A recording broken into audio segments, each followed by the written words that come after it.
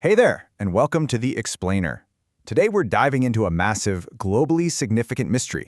Basically, what actually drives the huge economic disparities we see across the world? To figure this out, we're going to lean on the analytical frameworks of the highly influential economist Thomas Sowell.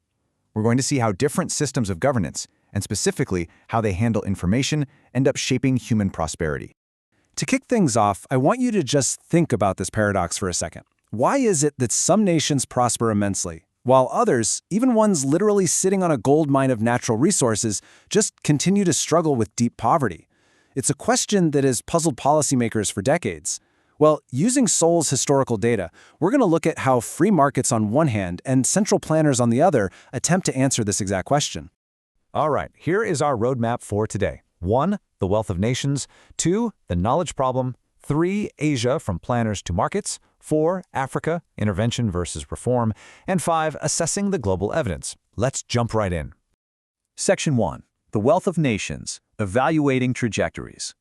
In his late career synthesis called Wealth, Poverty, and Politics, Thomas Sowell really challenges those simplistic narratives we hear all the time.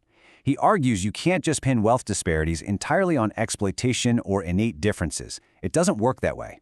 Instead, he says outcomes are driven by a really complex interplay of geography, culture, and, perhaps most importantly for our focus today, political institutions. The rules and structures a nation builds, those act as the ultimate blueprint for whether or not it can actually generate wealth. Section 2. The Knowledge Problem. Theoretical Groundwork. Now, this brings us to a really foundational concept from Sowell's 1980 book, Knowledge and Decisions.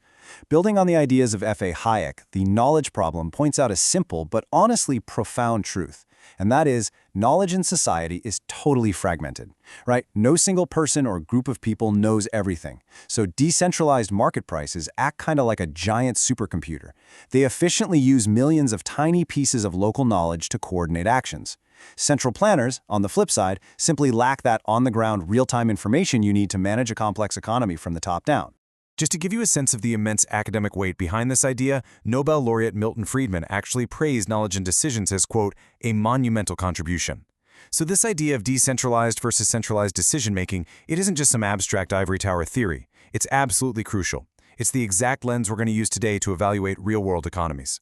But before we look at the historical data, we really need to understand why policymakers disagree so fiercely about this in the first place. In a conflict of visions, Sowell maps this out into two fundamental frameworks. The constrained vision sees human nature as inherently self-interested, so it relies on systemic processes, like free markets, to organically create social good.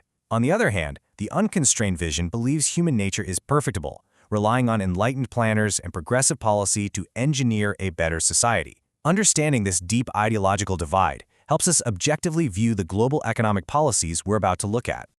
Section 3. Asia, from planners to markets, modern history.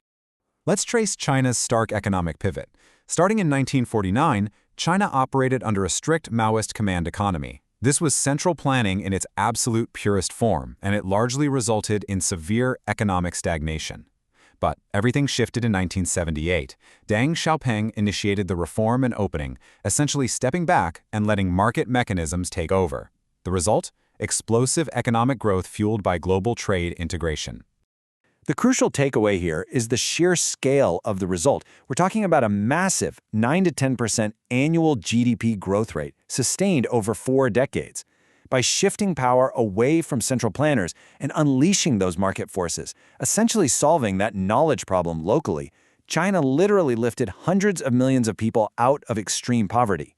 Now, shifting our focus over to India, we actually see a remarkably similar chronological transition. After gaining independence in 1947, India adopted a highly regulated, planned economy, famously known as the License Raj. For decades, from the 1950s right through the 1980s, the economy grew at a really sluggish 3.5%. Economists actually dubbed this the Hindu rate of growth. But facing a severe financial crisis in 1991, India was forced to pivot. They implemented major liberalization reforms that drastically cut down tariffs and state licensing. And, exactly like we saw in China, the shift in the data was undeniable. Following that 1991 market liberalization, India's GDP growth accelerated to 6 to 7% annually all throughout the 90s and 2000s. It turns out, simply reducing government barriers and embracing private enterprise spurred incredible, widespread economic development. Section 4. Africa. Intervention versus Reform. Case Studies. This brings us to a brilliant illustration of how two totally different structural approaches yielded vastly different economic realities, right next door to each other. Take Nigeria. This is a nation with immense oil reserves that historically relied on heavy state control and market intervention. The outcome there? High economic volatility and persistent poverty. Now contrast that with Ghana. Ghana underwent structural adjustment and market reform starting in the 1980s, and that led to significantly higher economic stability and actual poverty reduction. To put Nigeria's situation into perspective, despite its massive natural resource wealth, roughly 40% of Nigerians were still living below the national poverty line as of the mid-2010s. Sowell's analysis points to this as a classic, if tragic, example of how centralized mismanagement, even when it's totally well-intentioned, can severely hinder a nation's ability to utilize its own wealth, creating devastating unintended consequences. Conversely, Ghana's shift away from post-independent socialism and towards stable, market-friendly institutions made a profound difference. By actively reducing price controls and encouraging foreign investment, Ghana showed us how embracing decentralized market knowledge directly correlates with stronger, more resilient economic health. Section 5. Assessing the evidence, synthesizing the data. When we synthesize Sowell's frameworks with all this historical data, the global trends become pretty crystal clear. First, market liberalization highly correlates with explosive growth. China and India absolutely prove this. Second, central planning consistently yields unintended consequences, mainly because planners simply cannot solve the knowledge problem from a desk. Third, you absolutely must have good institutions and the rule of law for markets to function properly. And finally, we have to recognize that market reforms are not a magic wand. They don't instantly cure all social issues overnight. The real world is messy, but the overarching structural drivers of wealth, those are undeniable.